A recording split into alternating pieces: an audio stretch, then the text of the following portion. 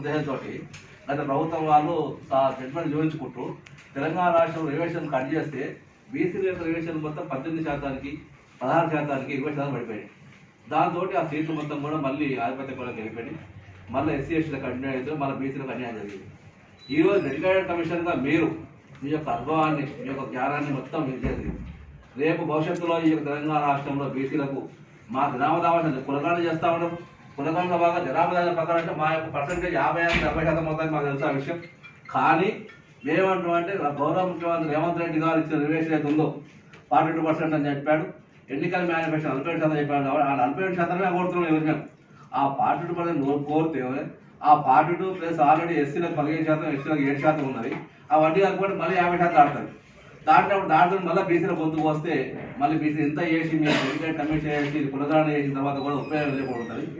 కాబట్టి మేమేమంటున్నామంటే ఈ యొక్క సీలింగ్ అనేది ఎత్తివేయడం కోసం పెద్ద కృష్ణ గారు చెప్పినట్టుగా మనం అవసరం సుప్రీంకోర్టులో ఆర్గ్యుమెంట్ చేయడం కానీ లేదని కూడా రాజ్యాంగ సవరణ చేయడం కానీ ఖచ్చితంగా జరగాల్సిన అవసరం ఉంటుంది.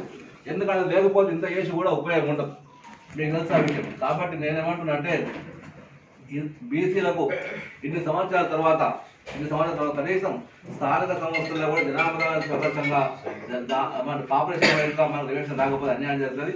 ఎట్లాగో పార్లమెంట్లో అసెంబ్లీలో రిజర్వేషన్స్ లేవు.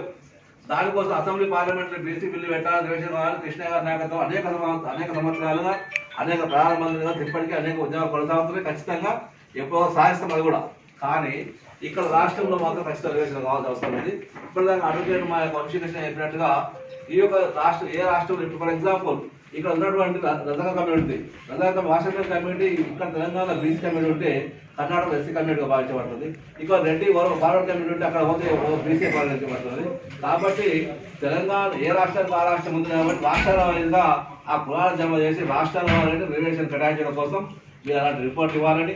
ఎందుకంటే ఇంకా బీసీలకు అన్ని సమస్యలు చాలా సమస్యలు లేవు, ఆ సమస్యలు పరిధిలో లేవు. కేవలం మీరు స్థానిక సంస్థలో బీసీలకు రిజర్వేషన్ కేటాయించడం కోసం కమిషన్ కాబట్టి దీని మీద పెడితే, ఎందుకంటే మీరు రిజర్వేషన్ ఇచ్చిన రిపోర్టు చేతితో రాయబడుతుంది. ఈరోజు తెలంగాణ డెడికేటెడ్ కమిషన్ అనేది ఏర్పడిన తర్వాత రిజర్వేషన్ వస్తే గౌరవనీయులు భూసాని వెంకటేశ్వరరావు గారి నాయకత్వంలో పాటు ఆ కమిషన్ ద్వారానే రిజర్వేషన్ వచ్చిన చేతితో రాయబడుతుంది. రేపు రాబోయే తరాలకు మీ పేరు ఆ సువర్ణాక్షరాలు నిర్ణయించబడుతుంది. కాబట్టి మీరు కానీ మా సైన్స్ సార్ మీ సెక్రటరీగా ఉండడం కానీ మీరు అందరూ చేస్తారు. కాబట్టి ఎగ్జాక్ట్ ఇది ఎందుకంటే చేతితో రాయబడుతుంది ఈ పేర్లని. కాబట్టి మీరు చేసే ప్రతి నిమిషం ప్రతి అక్షరం బీసీ రుసట రాస్తారు. బ్రహ్మదేవుడు రుసరా రాయాలి సార్.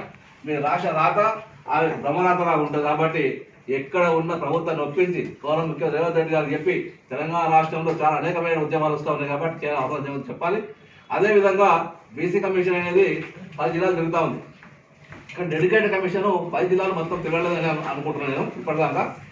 ఒకవేళ మీకు వీలు ఉంటే మీకు నిజంగా అయితే 10 ఉమ్మడి జిల్లాలు తిరిగితే బాగుంటుంది. ఎందుకంటే భవిష్యత్తు ఇంకోడైనా పోయి నాడు భవిష్యత్తు ఈ డెడికేషన్ మొత్తం జిల్లా రాష్ట్రం మీద పర్యటించలేదు, జిల్లా తిరగలేదని చెప్పేసి మళ్ళీ కోర్టుకి వెళ్ళే అవకాశం ఉంది. కాబట్టి అలాంటి అవకాశం ఇవ్వకుండా అన్ని ఉమ్మడి జిల్లాలు మీరు ఎట్లా పోతారు కాబట్టి మన రంగారెడ్డి అయిపోయింది, మిగతా జిల్లాలను కూడా తిరిగితే బాగుంటుందని మిమ్మల్ని విజ్ఞప్తి చేస్తా ఉన్నాను.